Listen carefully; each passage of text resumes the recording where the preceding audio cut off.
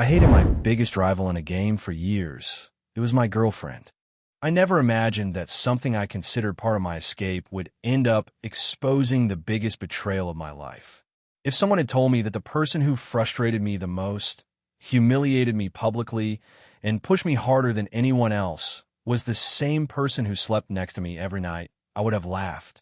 It sounds unreal, because when people hear video game, they think of something harmless, a distraction, a way to relax after work, something you could turn off whenever you want. That was never my reality. That game was where I invested years of my life, where I trained, where I built a reputation, where I failed in front of thousands of people and learned to get back up. It mattered to me in a way I never knew how to explain without sounding obsessive. And inside that world, there was one person who became my nightmare. I had been playing competitively for years. The kind of game where rankings are public, mistakes are punished instantly, and the community never forgets. Millions of players existed, but at the top, the circle was small. Everyone knew each other's names.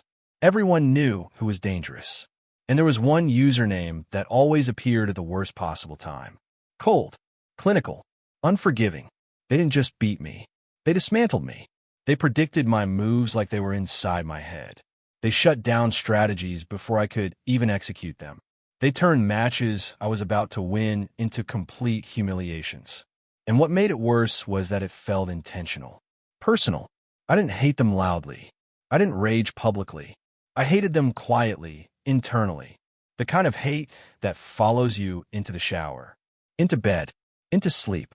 The kind that makes you replay matches in your head, thinking, what did I miss? How did they know? That username burned into my memory. While that rivalry consumed my nights, my real life was moving in a completely different direction. That's when I met my girlfriend. We didn't meet through gaming. We met through mutual friends. She was calm, observant, intelligent. She listened more than she talked. She laughed softly, not loudly. She made me feel grounded in a way I hadn't felt in years. She knew I played, but she didn't truly understand what it meant to me. To her, it was something I cared about, something that made me happy. Nothing more. To me, it was tied to my identity. She supported me. She let me talk about tournaments even when it bored her. She sat next to me during long sessions. She learned the basics just so she could follow my excitement or frustration. Sometimes she asked questions, very specific ones. Questions about ranking algorithms, about how top players adapted mid-match, about how you could predict someone's playstyle over time. I thought she was curious. I thought she was trying to connect with me. I didn't see what she was really doing. We moved in together after about a year. Life felt stable, comforting. I played mostly at night. She watched shows, worked on her laptop, listened to podcasts. We were together, but still had our own spaces. Sometimes when I lost badly, I noticed her smiling. I thought it was affectionate teasing, a harmless reaction. I was wrong. At first, the changes were so subtle that I almost missed them. My rival didn't suddenly become unbeatable. They became intimate. They started reading me in ways that felt invasive. Not just predicting my strategies, but reacting to my hesitation. Exploiting moments where I second-guessed myself. Punishing choices I made under pressure like they already knew how I would panic. At first, I called it experience, then instinct, then luck. But deep down, something felt wrong. I remember one night clearly. I had spent hours in private practice, testing a new approach. It wasn't even good yet, just an idea, a rough concept I hadn't shared with anyone, not even teammates, especially not online. That same night, during a ranked match, my rival countered it perfectly. Not generally, not partially, perfectly. I laughed nervously and told myself it was a coincidence. That good players adapt quickly. That paranoia comes easy when you care too much. But coincidences started piling up. Every change I made was anticipated. Every adjustment punished. Every attempt to surprise them failed. And the worst part was how calm they were about it. They never overextended, never rushed, never panicked. It felt like they weren't reacting to me. It felt like they already knew. Around that time, my girlfriend started behaving a little differently too. Nothing dramatic, nothing obvious, just observant. She would glance at my screen more often when she thought I wasn't looking. She remembered details from matches I barely mentioned. Sometimes she referenced moments I didn't recall explaining in full. Once, she finished a sentence for me while I was complaining about a loss. I stopped talking mid-sentence and looked at her. She smiled and said, "Lucky guess." I let it go. I always let it go. The rivalry escalated publicly. People in the community started clipping our matches. Forums created threads comparing us. Some fans took sides. Others joked that we were obsessed with each other. "If you two ever met in real life, it'd be war," someone wrote.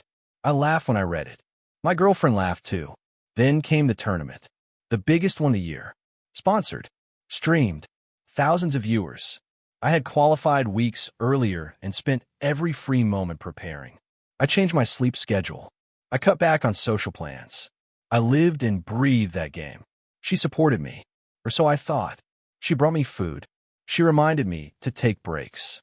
She told me I was going to win. The night before the final, I couldn't sleep. I replayed scenarios in my head. Imagined how I would finally beat them. Visualized every possible adaptation. I remember thinking if I lose again, at least it'll be honest. The final match began. From the first minute, I knew something was wrong. Every move I made was met with the perfect response. Not just mechanically flawless, but emotionally devastating. It felt like they were dismantling not just my playstyle, but my confidence. I tried switching plans mid-match. They were already there. I tried slowing the pace. They punished it. I tried aggression. They waited me out. By the end, I wasn't angry anymore. I was empty. When it was over, the chat exploded. Some praised the skill. Others mocked the result. I sat there motionless, staring at the screen like it might explain itself if I waited long enough. I took off my headset. Behind me, my girlfriend clapped. Slowly. "That was impressive," she said. Her voice didn't sound sympathetic. It sounded satisfied. I turned slightly, just enough to look at her. She wasn't looking at me. She was looking at the screen, at the replay, at the defeat. Something about that moment lodged deep inside my chest. Later that night, after she went to bed, I stayed up alone. I watched the replay, then again, and again, slower each time, searching for mistakes, searching for something I could fix. That's when I noticed it. A tiny habit, a timing delay, a decision pattern, something so specific that only one person I knew had ever commented on it. Her. Weeks earlier, she had joked about it while watching me play casually. Said I always hesitated for half a second before committing. Said it was cute. My hands went cold. I pulled up my rival's profile. I had done it before, dozens of times, but this time I really looked. Account creation date, active hours, peak login times. They lined up almost perfectly with our shared routine. Late nights when we were both home, evenings when she went to bed early, times when she said she was working on something. I glanced across the room. She was on the couch, laptop open, headphones on. Her face was calm, relaxed, smiling. Something inside me shifted. Not anger, fear. I tried to talk myself out of it. Told myself I was connecting dots that didn't belong together. That stress does terrible things to perception. That if I accused the person I loved based on a game, I would destroy everything. So I said nothing. Instead, I changed everything. I stopped sharing details. I stopped reacting emotionally. I altered my playstyle completely. I hid my patterns from everyone. Still, my rival adapted instantly, even faster than before. And that's when the feelings stopped being suspicion and became certainty. Once that certainty settled in, I couldn't go back. Every moment in the apartment started feeling staged. Every sound felt louder. Every movement felt watched, even when I knew that made no sense. I began noticing how carefully she did things, how quietly she moved at night, how often she checked her laptop, even when she wasn't typing anything important. It wasn't paranoia anymore. It was awareness. I needed proof, but not the kind you present in court. I needed proof that would quiet my mind. Proof that would confirm I wasn't destroying my life over imagination. So I set a trap. I created a new account, completely clean. No connections, no shared habits. I logged in from a different location at different hours. I played poorly on purpose at first, just enough to look unremarkable. I lost matches I could have easily won. Then I changed everything. One night, I used a strategy so illogical it bordered on stupidity. Something I would never normally do. Something I had never talked about, joked about, or hinted at. A style that went against everything people associated with me. No one could anticipate it. No one except one person. When my rival appeared and countered it immediately, my hand started shaking. It wasn't just correct. It was precise. Designed specifically to dismantle a version of me no one should have known existed. That was the moment denial died. That night, I pretended to fall asleep early. I lay still, breathing slowly, letting time stretch. After a while, I felt her shift next to me. She got up carefully, like someone who didn't want to be heard. The bedroom door closed softly. I waited. Then I followed. The living room was dark except for the glow of her laptop. She sat leaning forward, focused, headset on, fingers moving with muscle memory. Her posture wasn't casual. It was concentrated, familiar. I stood there longer than I should have. I didn't need to see the username. I didn't need to see the match. The way she moved told me everything. I went back to the bedroom and sat on the edge of the bed, staring at my hands, trying to steady my breathing. I wasn't angry. I wasn't yelling inside my head. I was numb. The next morning, everything felt slower. We had breakfast together. She talked about something trivial. I nodded, smiled. The normality of it all felt cruel. That evening, I sat beside her on the couch. Calm, too calm. I didn't accuse her. I didn't raise my voice. I didn't ask questions that gave her room to escape. I just said the username. The air changed. She froze, just for a fraction of a second. Long enough. Then she closed the laptop, took off her headset, and exhaled deeply. She didn't deny it. That hurt more than I expected. She said it started as curiosity. She admitted she had played long before we met. When she realized who I was in the game, she wanted to see if she could beat me. Just once. Then she did, and felt good. Winning became a rush. Keeping the secret became thrilling. Watching my frustration, knowing I had no idea who was responsible, gave her a sense of control she hadn't felt anywhere else. She said she never thought it would go this far, that it was just a game.